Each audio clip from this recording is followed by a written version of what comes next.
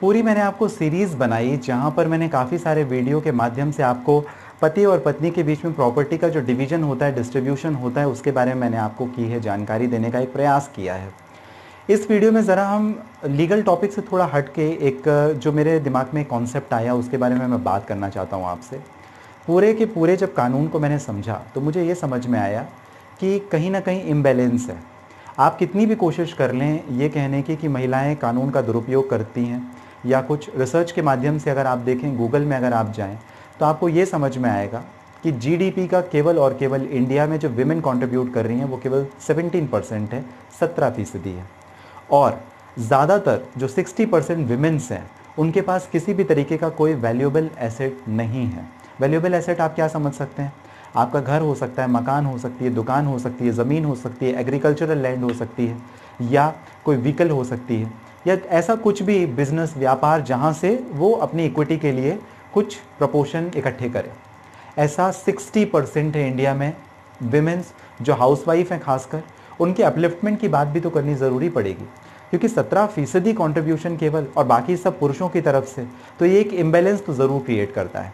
कई सारे कानून हैं, महिलाओं को ताकत उन्होंने दी, उसका दुरुपयोग भी कई जगह पे हो रहा है, कई जगह उपयोग भी हो रहा है। चाहे आप डोमेस्टिक वायलेंस एक्ट सेक्शन 12 की बात कर लें या और भी सारे जो प्रोविजंस है डीवी एक्ट 2005 में। इसके साथ ही साथ अगर आप 498A की बात कर लें, 498A, या मेंटेनेंस का आप प्रोविज़न ले लें, तो ये सारे कहीं ना कहीं आपको लगेगा ज़रूर कि दुरुपयोग होता है।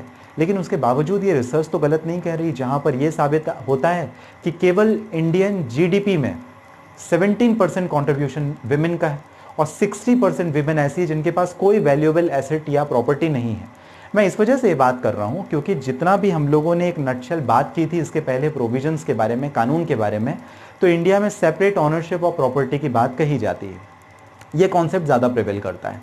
सेपरेट ऑनरशिप ऑफ प्रॉपर्टी का मतलब ये होता है कि मान लीजिए पति और पत्नी दो लोग हैं और दोनों की शादी के बाद में पति कमाता है, जॉब करता है, बिजनेस करता है, सर्विस के दौरान उसने कुछ पैसे अर्न किए, प्रॉपर्टी बनाएगा, खरीदेगा तो अपने नाम पर रखेगा, पत्नी के नाम पर तो रखेगा नहीं। और पत्नी क्या करती है? घर में झाड़ू पोछा, बर्तन, बच्चों की देखभाल, घर के पूरे जो काम है वो करती है। तो आप एक तरीके से ये समझ लें कि आपने उसे नेगलेक्ट कर दिया, क्योंकि जब प्रॉपर्टी का डिवीजन होगा अब से 10 साल के बाद, अगर दोनों के बीच में डिस्प्यूट हो गया, झगड़ा हो गया, तो पत्नी को तो कुछ नहीं मिलेगा। तो इस कंडीशन पर क्या ये गलत है या सही है? आप मुझे कमेंट बॉक्स पे ज़रूर बताइएगा।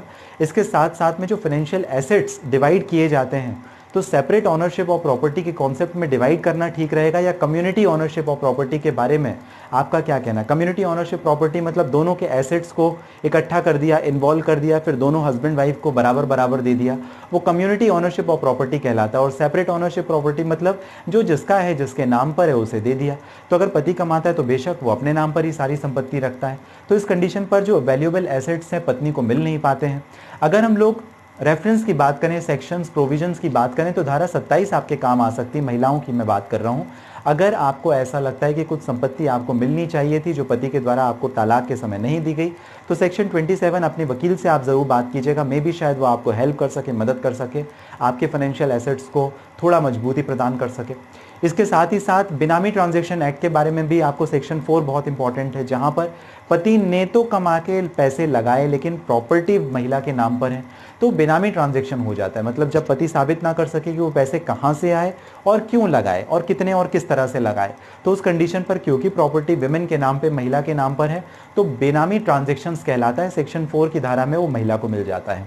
तो ये भी काफ़ी महत्वपूर्ण है। इसका उल्टा भी हो सकता है, अगर महिला ने अपनी प्रॉपर्टी पति के नाम पर खरीदी है तो वो हस्बैंड को मिल जाती है, बशर्ते कि वो साबित ना कर सके कोर्ट में कि ये पैसे कहाँ से आए थे और किस तरह किससे लगाए गए थे। तो ये काफ़ी एक रेलिवेंट कॉन्सेप्ट आ जाता है, जहाँ पर 17% केवल जीडीपी का महिला कंट्रीब्यूट करे और 60% विमेन ऐसी हैं। आप गूगल सर्च कीजिए, आप ज़रा डेटा एनालिटिक्स देखिए, आपको ये बात समझ में आएगी कि विमेंस अभी भी अनफेवरेबल कंडीशन में हैं। उनके पास 60% विमेंस के पास में इंडिया कोई वैल्यूएबल एसेट्स या प्रॉपर्टी ही नहीं है। ध्यान रखिए कि इस तरीके के कानून भी ठीक नहीं है।